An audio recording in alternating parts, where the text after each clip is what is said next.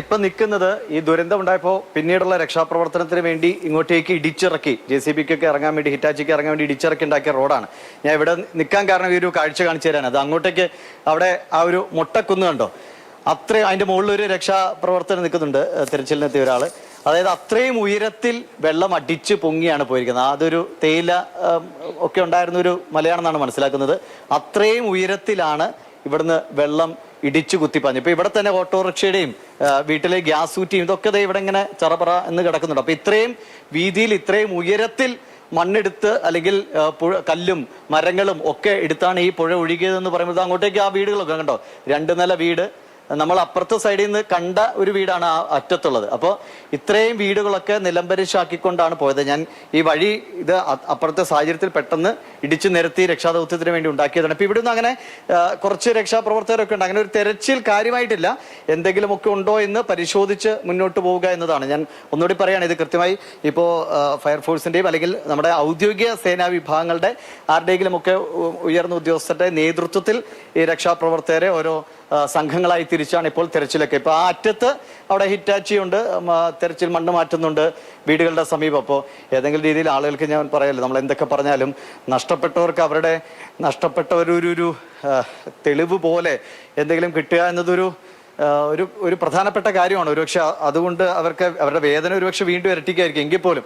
എങ്കിലും സംശയമുള്ള സ്ഥലങ്ങളിലൊക്കെ ചെറിയ തോതിൽ പരിശോധനകളൊക്കെ നടത്തുന്നു. ഇതൊക്കെ ഒരു അവസാന ഘട്ടത്തിലേക്ക് എന്ന് നമുക്ക് പറയാം. കാരണം ഇവിടുത്തെ നാട്ടുകാർ തന്നെ പറയുന്നത് ഇനി അങ്ങനെ ഒരു തെരച്ചിലിന് വലിയ സാധ്യതകൾ ഇല്ല എന്ന് നാട്ടുകാർ തന്നെ പറയുന്നുണ്ട്. അപ്പോൾ ഇതാണ് ഈ ആ മുട്ടക്കുന്ന് കാണിച്ചു തരാൻ വേണ്ടിയിട്ടാണ് ഇവിടെ നിന്നത്. നമ്മൾ തിരിച്ചതാ വീണ്ടും കയറി. ഇപ്പോൾ അവിടെ ആളുകൾ മൊത്തി ഒരുപാട് അങ്ങനെ ആളുകൾ വന്നു തുടങ്ങിയിട്ടില്ല. ഞാൻ പറഞ്ഞല്ലോ, ഈ മുണ്ടക്കയിൽ കുറച്ച് ആളുകളുള്ളൂ. അവരൊക്കെ നേരത്തെ സുരക്ഷിതമായ ഇടങ്ങളിലേക്കൊക്കെ മാറിയിട്ട് കുറേ പേരൊക്കെ രക്ഷപ്പെട്ടു. വീടുകളൊക്കെ തകർന്നു പോയെങ്കിലും മനുഷ്യരുണ്ട് എന്നത് വലിയ ആശ്വാസം. അപ്പൊ നേരത്തെ അജയ് നമ്മളോട് പറഞ്ഞില്ലേ, അജയുടെ കൂട്ടുകാരൻ രമേശ് പറഞ്ഞു, എൻ്റെ ജീവൻ എനിക്ക് ബാക്കി തന്നല്ലോ, അപ്പോൾ ഇനിയുള്ളതൊക്കെ ഉണ്ടാക്കാൻ കഴിയും. കുടുംബത്തിൽ ആരാണ് അവശേഷിച്ചത്, അവർക്ക് ഇനി ഒരു മുന്നോട്ടൊരു ജീവിതമുണ്ട്. അപ്പോൾ അതിനെ ആ രീതിയിൽ മുന്നോട്ട് കൊണ്ടുപോകാനുള്ള അത്തരത്തിലൊരു സ്പാർക്ക് ഇവിടുത്തെ ആളുകളിൽ കണ്ടു തുടങ്ങി എന്നത് വളരെ പോസിറ്റീവ് ആയിട്ടുള്ള കാര്യം. അജയ് ഞാൻ പറഞ്ഞ് രമേശ് അജയോട് പറഞ്ഞാണ്, മനുഷ്യൻ്റെ ജീവൻ ഉണ്ടെങ്കിൽ ബാക്കി സർവ്വതും നമുക്ക് നമ്മുടെ കഠിനാധ്വാനത്തിലൂടെ 24 മണിക്കൂറും പണിയെടുത്താണെങ്കിലും നമുക്ക് നേടിയെടുക്കാം എന്നുള്ളതുണ്ട്. അപ്പൊ ആ ജീവൻ കിട്ടിയ ആശ്വാസമുണ്ട്, ഇനി മുന്നോട്ട് പോകണം അല്ലേ, അങ്ങനെ ഒരു ഉറച്ച തീരുമാനം നിങ്ങളുടെ ആളുകളിലുണ്ട്. രമേശന്റെ ഒക്കെ വാക്കുകളിൽ ആ ഒരു ജീവന് വേണ്ടിയിട്ടുള്ള ഒരു മുറവിളി ഉണ്ടല്ലോ, അത് കഴിഞ്ഞിട്ട് രമേശൻ എത്തിപ്പെട്ട ആ ഒരു സർവൈവ് ചെയ്തിട്ട് അവൻ തിരിച്ചു വന്നിട്ട് അവൻ പറയാണ്, എല്ലാം നഷ്ടപ്പെട്ടോട്ടെ, ആ വീട്ടിലുള്ളതെല്ലാം കൊണ്ടേക്കോട്ടെ. ഞാൻ പറഞ്ഞേടാ, എല്ലാരും കള്ളന്മാരെ എല്ലാം കൊണ്ടേക്കോട്ടെ, പക്ഷെ ഞാൻ എല്ലാം നേടും. അതാണ് ഒരു കാര്യം പറയാം, കള്ളന്മാര് കൊണ്ടുപോയി നമ്മൾ വീണ്ടും അത് പറയേണ്ടി വരികയാണ്. കാരണം പ്രകൃതിയെ ഇവിടെ ഒരു വലിയ വില്ലനായി മാറി.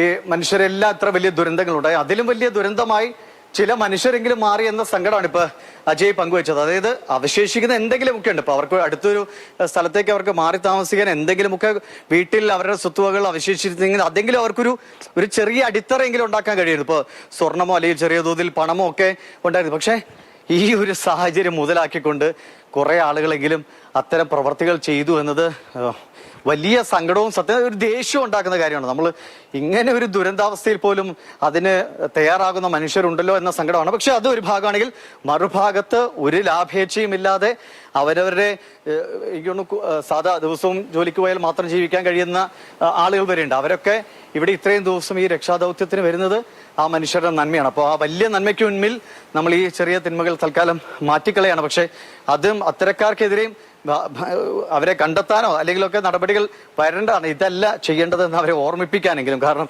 പ്രകൃതി ദുരന്തമാണ്, ആർക്കും വരാം. തോന്നിയതേ ഫസ്റ്റ് ഇവിടെ മുണ്ടക്കൈ വെച്ചിട്ടാണ് ഞാൻ ആദ്യം 3 പേരെ കാണുന്നത്. ഇവിടെയുള്ള ആളുകളല്ലായിരുന്നു, പുറമേന്ന് വന്നതായിരുന്നു. പക്ഷേ അവരെ ഞാൻ കൺട്രോൾ റൂമിൽ പോയി പറഞ്ഞു, അതെ അതൊന്നും ഉണ്ടാവില്ല, കുഴപ്പമൊന്നും ഉണ്ടാവില്ല, എല്ലാവരും എന്താ പറഞ്ഞാൽ ഈ ഒരു അവസ്ഥയിൽ അങ്ങനെ ചെയ്യില്ല എന്നുള്ളൊരു വിശ്വാസമായിരുന്നു അവരെയൊക്കെ മുന്നിൽ. പക്ഷെ പിന്നീടുള്ള ദിവസങ്ങൾ നേരെ തിരിഞ്ഞു മറിഞ്ഞു. എന്താ വെച്ച് കഴിഞ്ഞാൽ ഓരോ വീടുകളിൽ നിന്നും കൊണ്ടുപോയ സംഭവങ്ങളൊക്കെ അവർ വീട്ടിൽ വന്ന് നോക്കുമ്പോൾ വീടിന്റെ അടഞ്ഞു കിടന്ന വാതിലുകളെല്ലാം അജയുടെ ബന്ധുക്കളുടെ വീട്ടിൽ നിന്ന് അവിടുന്ന് പോയി. അവിടുന്ന് എന്റെ മാമന്റെ വീട്ടിൽ നിന്നെല്ലാം ഉള്ളിലുണ്ടായിരുന്ന സാധനങ്ങളെല്ലാം വേറൊരു വീട്ടിൽ, അതായത് ഒരു 10 വീടിന്റെ അകലെ വന്നിട്ട് അവിടെയാണ് ഉണ്ടായിരുന്നത്. ഞാൻ അത് ഇന്നലെ എടുത്തിട്ട് കൺട്രോൾ റൂമിൽ കൊടുത്തത്. അപ്പോൾ ഇതൊക്കെയാണ് അവസ്ഥ. ഇവിടെ കുറച്ച് രക്ഷാദൗത്യം നടത്തുന്ന ആളുകളൊക്കെ ഉണ്ട്. ഇവിടെ ഹിറ്റാച്ചിയും ഒക്കെ മണ്ണ് മാറ്റിയുള്ള കാര്യങ്ങളൊക്കെ ചെയ്യുന്നുണ്ട്. ഇതാണ് സ്കൂള് നമ്മൾ മോഹൻലാലൊക്കെ ഇവിടെ എത്തുകയുമില്ല, ഈ സ്കൂളിനെ കുറിച്ച് അദ്ദേഹം പറയുകയും ചെയ്താണ് അല്ലേ? ശാലിനി ടീച്ചർ എല്ലാവർക്കും അറിയണ്ട, നമ്മളാ ടീച്ചർ സൈക്കിൾ ഓട്ടുന്നതും കുട്ടികളുമായി സൈക്കിൾ ഓട്ടുന്ന ദൃശ്യങ്ങളൊക്കെ കണ്ടിട്ടുള്ളതാണ്.